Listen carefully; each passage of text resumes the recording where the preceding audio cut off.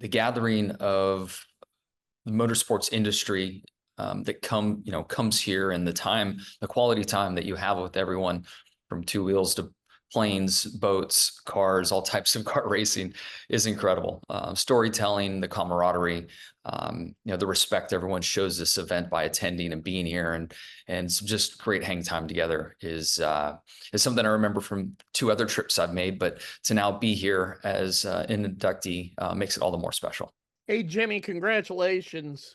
Thank you. Back in December, you got to go in with a very good friend of yours, Chad Knaus, into the NASCAR Hall of Fame. Tonight, you're going to get to go in with a guy you get to spend a couple of years with in IndyCar with Scott Dixon. So, in a lot of ways, how cool is that? And not only how deserving you are of getting in, but just describe how deserving Scott Dixon is, because he's still pretty fast. He's very fast. It just makes it more special. I mean, this honor is significant on its own, and then to be going in with someone that I've had so much respect for over the years, and certainly in the last 4 or 5 years, someone that has truly become a very close friend. We live maybe 45 minutes apart now in England, and I've spent a fair amount of time with him over the off season, and just his family, the way our families have combined, and in the respect and friendship that we have. It's just very, very special. Dario is also here. Dario's going to introduce him, and certainly know the history I have with Dario and his family. So it's great. And then Rick Johnson is here. He's been my lifelong mentor, friend, teammate, and just the gathering is just quite special.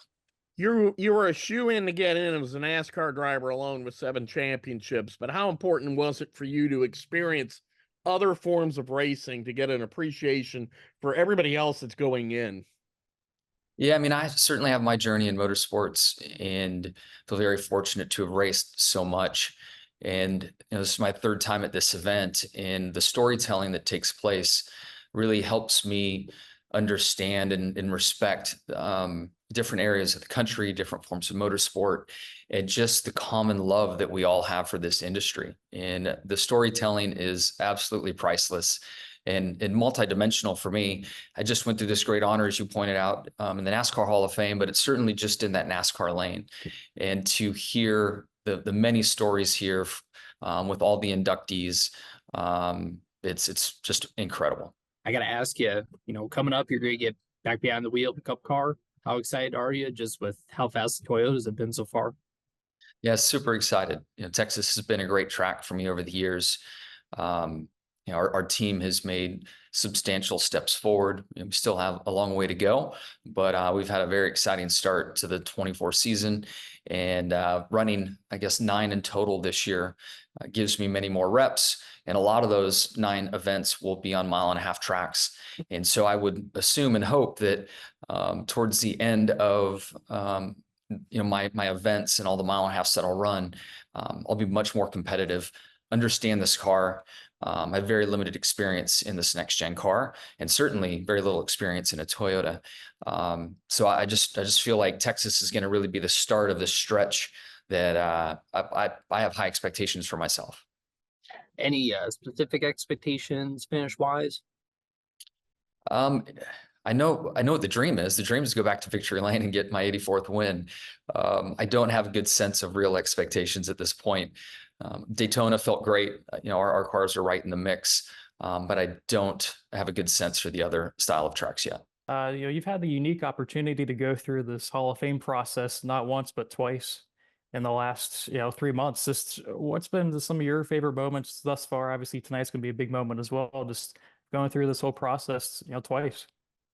It's really reflecting back throughout my career. I was so focused on the next race, the next season. And also, I think many racers perform better by not reflecting on the good or bad that's really happened. It's just eyes forward and continue to march along. And since I've stopped full-time racing, certainly stopped NASCAR full-time racing, and then have slowed down in 23 some, it's allowing me to reflect, and I'm really enjoying these moments. Going to the NASCAR Hall I knew it was going to be special, but I didn't realize the magnitude of how special it would be. And that has set me up very well for this experience. And I've been very excited for this week, and certainly savoring all these moments. Yeah, final question. Just obviously being inducted alongside Scott Dixon as well. Bruce mentioned a little bit about it. Just having raced with him for a short amount of time, just what were some of your biggest takeaways just with working with him and just seeing him in his element?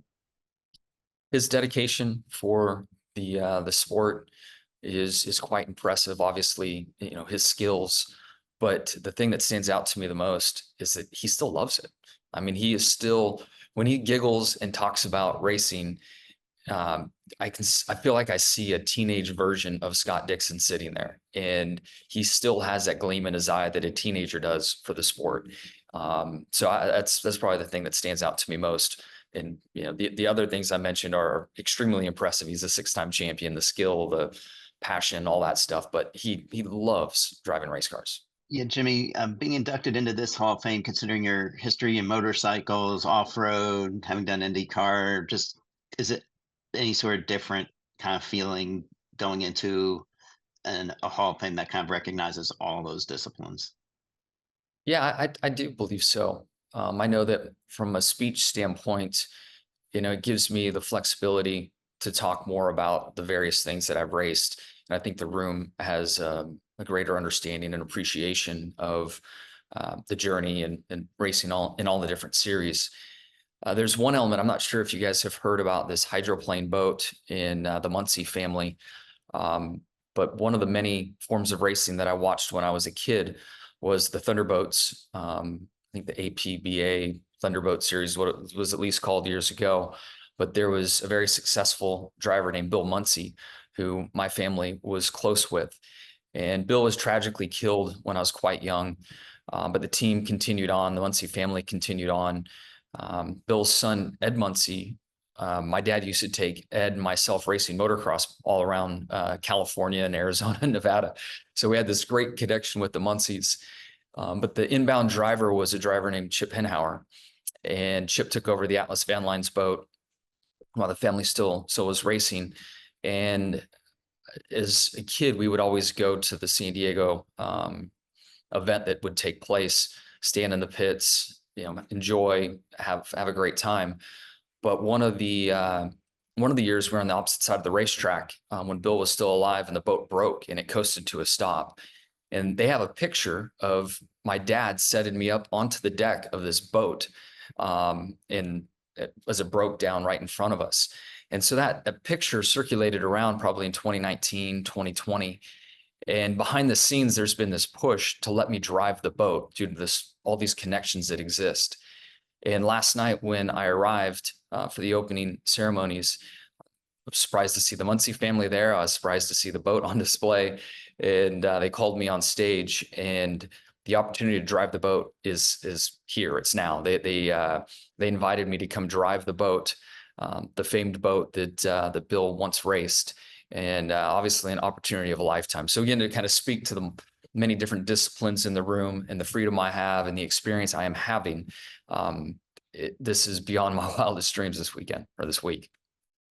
Pardon me for interrupting, Bob, but if any of our media friends are interested in receiving that picture for a story, just send an email to Amanda or Amy or myself, and we'll look you up.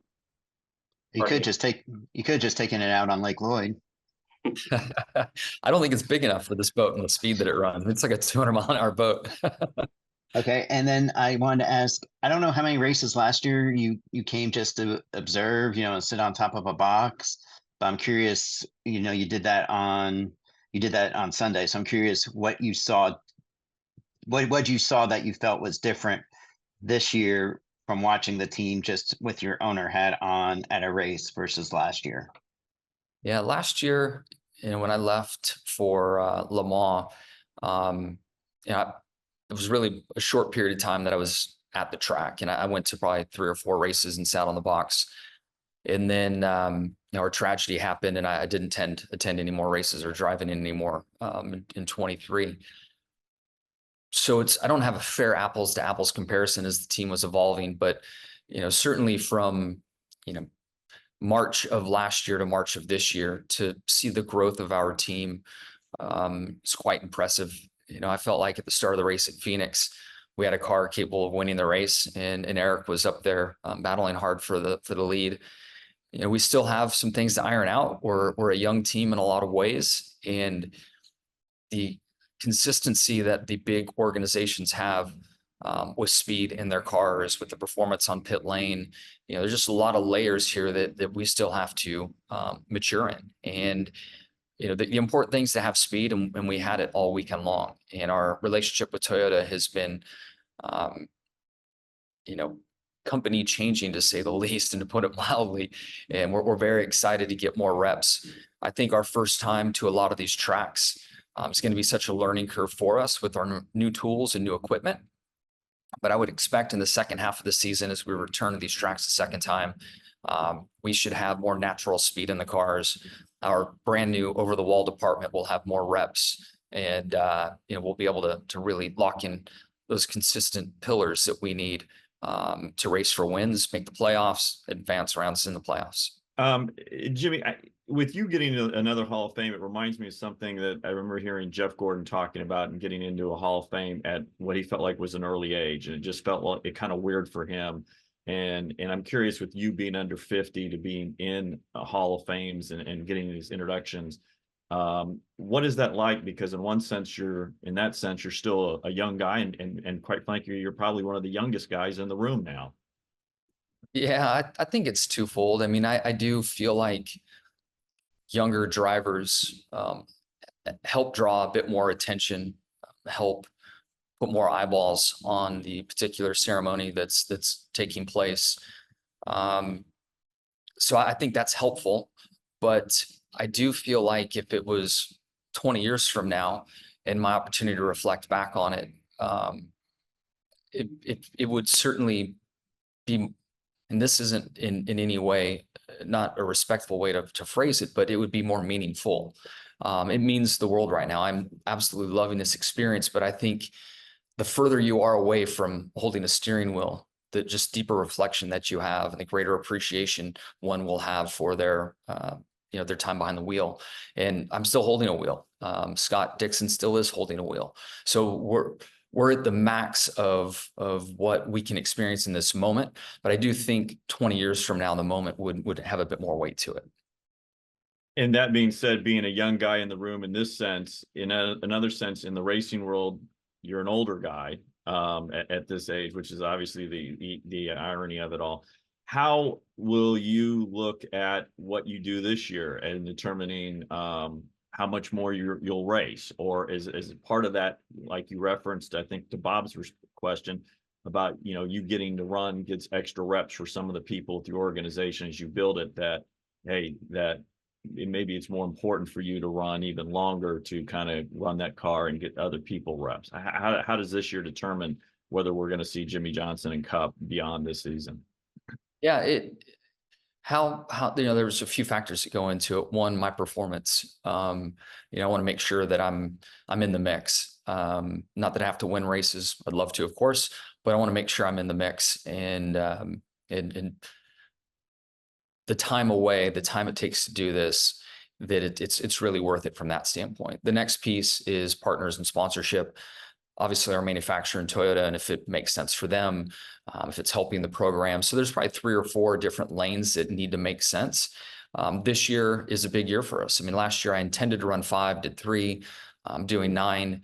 I'm personally open to probably a 15 race schedule, but that would include sports car and vintage classic car racing plus NASCAR, all of that lumped into one. And so in my mind, I'm kind of looking for that 15 race schedule, marquee events, unique events. I would love to diversify and be back in sports cars in Le Mans or the Rolex 24. I will drive some extreme e-races this year, and I'm really excited for that experience. So it's still fluid at this point, but I'm hopeful to have a great year behind the wheel, and I can set up another fun year in 25. What is about the Extreme E that enthuses you? I think there's a lot of factors. Racing internationally is something that I've had limited experience to, but love. The focus for